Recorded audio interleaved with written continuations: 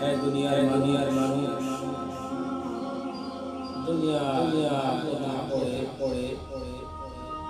এত কিছু করো একটু চিন্তা করে দেখো না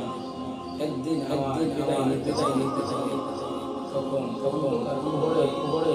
আমি কিভাবে থাকবো আফসোস আমরা দুনিয়ার জন্য এত কষ্ট করি আখিরাতের জন্য করতে পারি না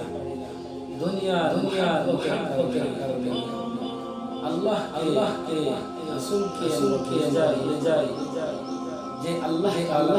ছাড়া অন্ধকার কেউ থাকবে না